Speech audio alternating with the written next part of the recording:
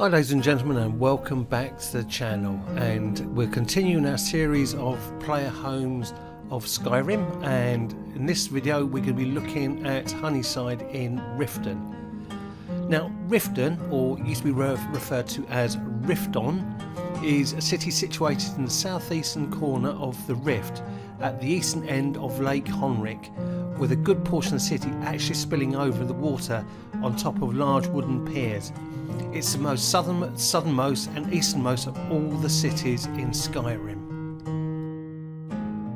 The entire city is bisected by a large canal that used to serve for access for small cargo boats, but has lately fallen into disrepair, decay and stagnation thanks to the lack of trade during the Civil War.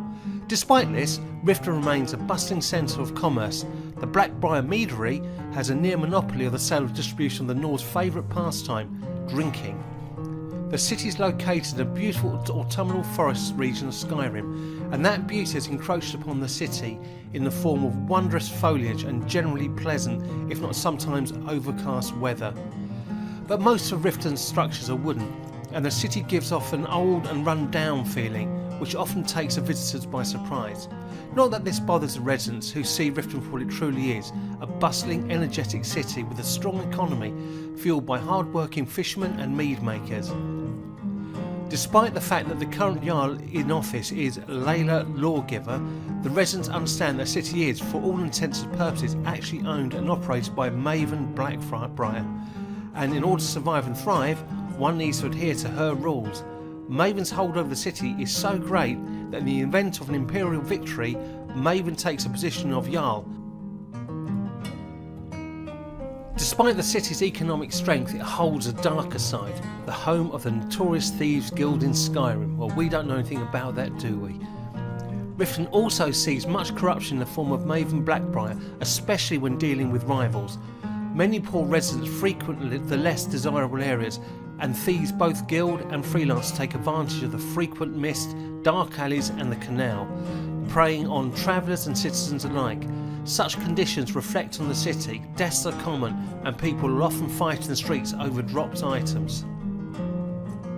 The northern, eastern and southern edges of the city, built on the shore of Lake Honeyside, are called Dryside.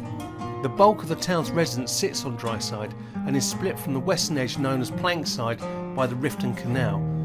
Most of the more affluent homes are located on the eastern edge of Dryside, as well as the Temple of Mara, while the southern portion of the city holds Honorable Orphanage and Mistville Keep. The western edge of the city is known as Plankside, built on the waters of Lake Honeyside, and serves as the city's business district. The market, shops, meadery, fish hatchery and the Bee and Barb Inn are all located on Plankside. Essentially, Dryside is residence while the Plankside is business. The buildings on Plankside have been built atop of wooden docks, and the district is old and ramshackle. There are three main docks projecting from Plankside onto the lake, one owned completely by Blackbriar Meadery and the other two used for commerce and fishery. The Riften Canal is the lower end of the city. Small residence and alchemy shops are built into the moisture-ridden stone. Dark and traversed only along rickety catwalks, the canal is avoided by the more affluent citizens of Riften, as it is a common place for muggings and foul play. In my opinion, Riften is one of the most interesting cities in Skyrim. It's full of characters, it's got great quests, great storyline, great dialogue, it's rich and lore friendly. Yeah, it's one of my favourite cities, and we'll now have a look at the property you can buy here as a player.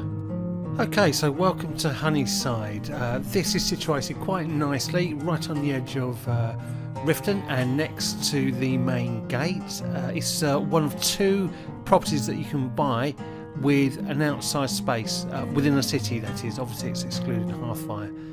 A very attractive little building, and comes complete with a garden and a couple of chickens as well. And as you can see in the far corner there, that's a thieves' cache.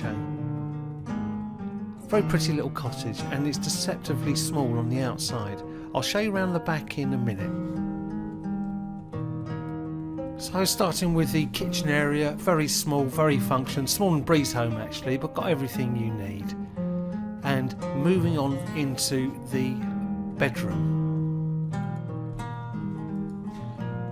The bedroom takes up most of the upper floor and has a few furnishings, including a weapon plaque, a wardrobe, chest, 3 end tables, a bookshelf and a large double bed. As I said, this is only one of 2 properties that actually have an outside area, or ones in cities anyway, and the door to the porch here, and they call it the porch for some reason, is in the bedroom. Anyway, moving downstairs, we have a small storage area here, and we come down the stairs to the alchemy area. A fairly standard alchemy area actually, a couple of bookshelves, some boxes for ingredients, a tundra of cotton, plant pots. One thing it doesn't have is an apothecary satchel close, or any storage container very close to the alchemy table, which is a bit disappointing, but it does the job. Okay, moving on into the Enchanting Laboratory. Again, it's a standard enchanting room, a 4-place weapon rack, 2 mannequins, 4 weapon plaques, a table and a chair. Now this can also be swapped over for a children's bedroom. Now if you want to do that, it contains 2 children's beds, a wardrobe, a chest, 2 chairs, 1 large table, 1 small table, 2 corner shelves and 2 children's practice dummies and a wash basin. However, I would say this isn't the best place to have children. Certainly not one I would bring my children up in anyway. The lack of any containers close by the enchanted table really makes this room a bit limited, but it'll do the job. There are better out there, to be fair. Anyway, moving on. Coming up to the next room, probably I always find these rooms obviously necessary if you have a thane, but if you choose not to have a thane, these rooms are fairly redundant, except they do give you extra storage, and all the players' home have them. It's the thane's room. One almost unique feature of this property is the porch. Now if you go through the bedroom door, it brings you out into this area. It has a tanning rack, a table, a couple of chairs, etc. And you have obviously the porch area itself, but then you also have stairs down to a little jetty and a boat. And as I said before, this is only one of 2 properties, or in-city properties, that you can buy with an outside area, the other being Proudspite Manor in Solitude. Now the interesting thing about this outside area is that you have direct access to outside the city. So you don't even have to come through the gates, you can come directly home. Now obviously the only downside to this is you can't fast travel to this point directly. So you'd have to fast travel to the city gates. Now that's a real shame, because it would have been the one unique selling point this property has. But still, it's a very useful feature, especially if you're playing an assassin or a thief.